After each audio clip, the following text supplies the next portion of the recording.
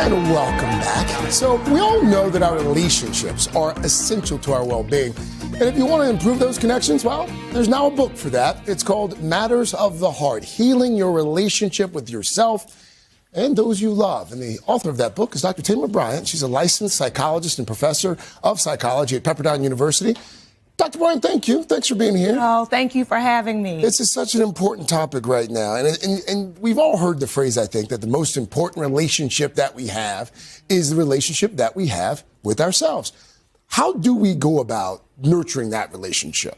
Such a great question. And it's so important that we start with self-forgiveness. Sometimes we hold ourselves hostage to the mistakes of our past, and we have to recognize no one is perfect, and we give ourselves the opportunity to turn the page and move forward. And then we want to engage in self-care, looking at our rest, our eat, our exercise, therapy, looking at healthy relationships. So self-care is a beautiful choice to really be a foundation for self-love. And the last one is self-preservation, which means not overextending ourselves, not engaging in people-pleasing, but protecting our peace. Protecting our peace. Yes. You've got monitoring generosity here as well. Are we talking about sort of keeping score of the good that we do? It is about not draining yourself, emptying yourself, abandoning yourself. So sometimes we ignore ourselves, and that gets celebrated, but it has an impact on our physical and mental health. So when you say monitor generosity, basically keep an eye on. You don't want to be too tank. generous. Yes. Are you empty? Are you running on empty or giving from your overflow? Recently, as you probably know, the Surgeon General of the United States declared an epidemic of loneliness. There are a lot of folks who are watching, a lot of folks who are listening right now, who are lonely. Maybe not even isolated, but lonely nonetheless. What do people need to understand about loneliness? So we first want to remove the stigma of loneliness and say that being lonely simply means you want deeper connections than you currently have. And then I want to affirm people who are by themselves because they've stepped away from abusive, toxic, unhealthy relationships.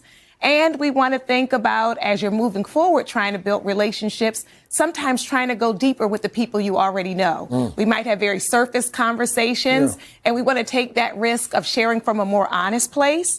And then finally, expanding our network, expanding our circle by doing things you love, and then you'll connect with like-minded people. Give me an example. How would we go about expanding our network? Because I find sometimes, like, the older I get, the less inclined I am to expand my network. Yes. So one of the things we can say, what are you passionate about? If you're passionate about community service, you go out volunteering, then you'll have people there who have that similar interest. Got it. If you're interested in books, going to book readings or book clubs. So pursuing your passion will connect you with people who have that passion. In the book, you write about wanting to form deeper connections, wanting to have better relationships with our friends, with our family members, with our coworkers as well.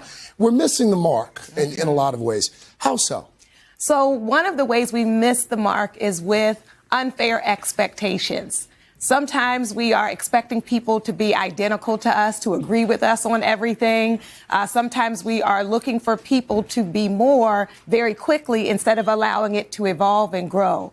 Another way that we miss the mark in dating is picking a project instead of a partner. Oh, talk slow. So yes. Sometimes we're trying to make people into our image and say, like, if they only did this, if they only did that. So we want to say, do I accept them, appreciate them, love them for who they are or who I'm trying to make them?